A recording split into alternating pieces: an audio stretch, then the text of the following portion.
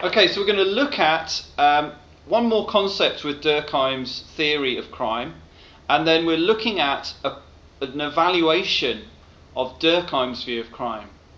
So firstly, one more concept with Durkheim is that of degradation ceremonies, which is a process where people are ritually degraded in the eyes of the collective group. An example of this would be a state execution, where people are killed by the state.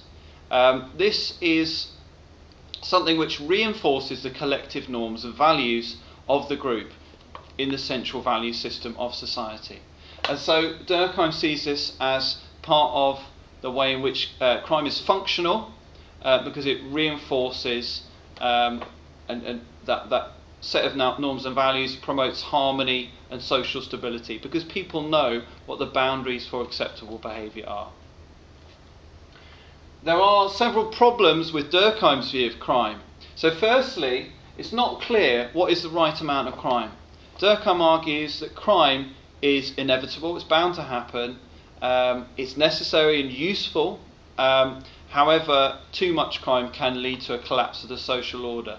But he doesn't make clear what is the right amount, and what is the time when we're going to experience this collapse of the social order. What is too much?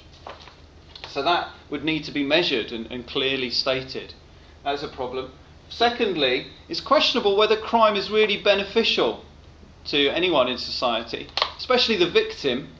May argue, victim of a crime may not find that it's enhanced their standard of life.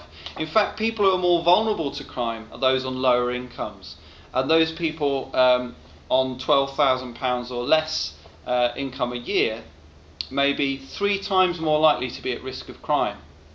People who are on such a low income may be devastated by a crime. If their belongings are stolen, they may not be able to easily gain those back. So that's a problem. It's not really clear whether crime's beneficial. So, thirdly, this reflects a general problem with functionalism.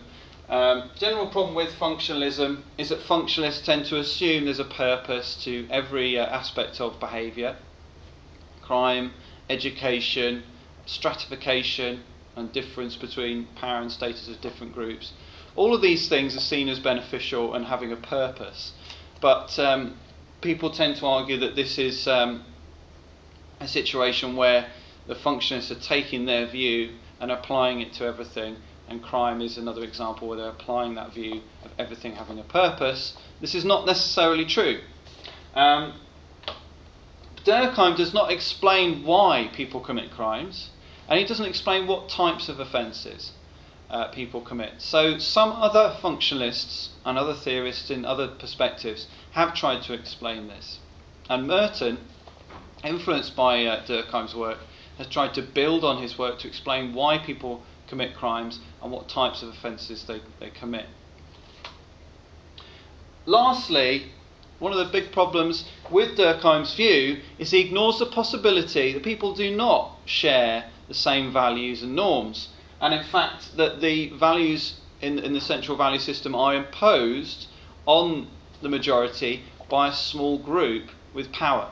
And the Marxists would support this view. The Marxists would say that it's the rich and it's their capitalist values which dominate the central value system in capitalism, and therefore the way we define crime is often protecting the wealth of the rich. For example, we protect private property through the law, and this is one way in which the power of the wealth is maintained. So the functionalist Durkheim is criticised for ignoring this possibility of a lack of consensus and in fact a conflict over values which might lead to crime. People might be reacting to the unfairness they perceive in the political and social system, and therefore that's why they commit crime, because they're lashing out at the establishment.